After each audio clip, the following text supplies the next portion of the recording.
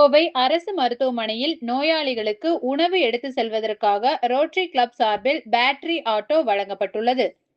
கோவை தலைமை அரசு மருத்துவமனையில் ஆயிரக்கணக்கான உள்நோயாளிகள் சிகிச்சை பெற்று வருகின்றனர்.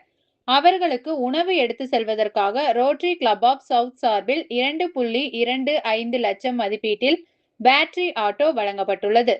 கோவை அரசு மருத்துவமனை முதல்வர் கீதாஞ்சலி, மருத்துவமனை இருப்பிட மருத்துவர் சரவணப்பிரியா ஆகியோர் முன்னிலையில் ரோட்டரி கிளப் தலைவர் பொன்ராஜ் மற்றும் ரோட்டரி கிளப் உறுப்பினர்கள் இதனை வழங்கினர். இது குறித்து ரோட்டரி கிளப் சவுத்தின் தலைவர் பொன்ராஜ் கூறுகையில், கோவை அரசு மருத்துவமனையில் பேட்டரி ஆட்டோவை வழங்கியதாகவும், இது இங்கு சிகிச்சை பெறும் நோயாளிகளுக்கு உணவை எடுத்து செல்ல வசதியாக இருக்கும் என்று தெரிவித்தார். மேலும் பிரேத பரிசோதனைக்கான காடா துணியையும் வழங்கியதாக தெரிவித்தார்.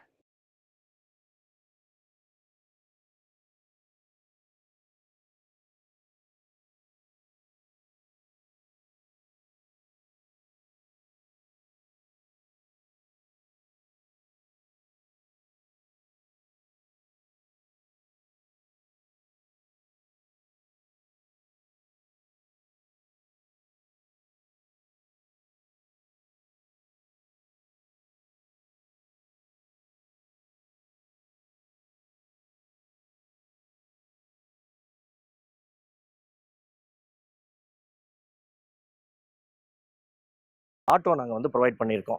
ஆல்ரெடி லாஸ்ட் இயர் வந்து ஒரு பேட்டரி ஆட்டோ கொடுத்துருக்கோம்.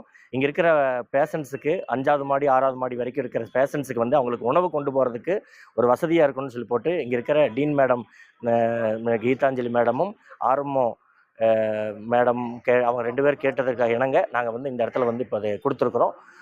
அதே மாதிரி எங்களுடைய சேவைகள் வந்து இங்கே ரோட்டரி கிளப் மூலிமா அரசு மருத்துவமனைக்கு படிப்படியாக அதிகப்படியான சேவைகள் செஞ்சிட்ருக்குறோம்.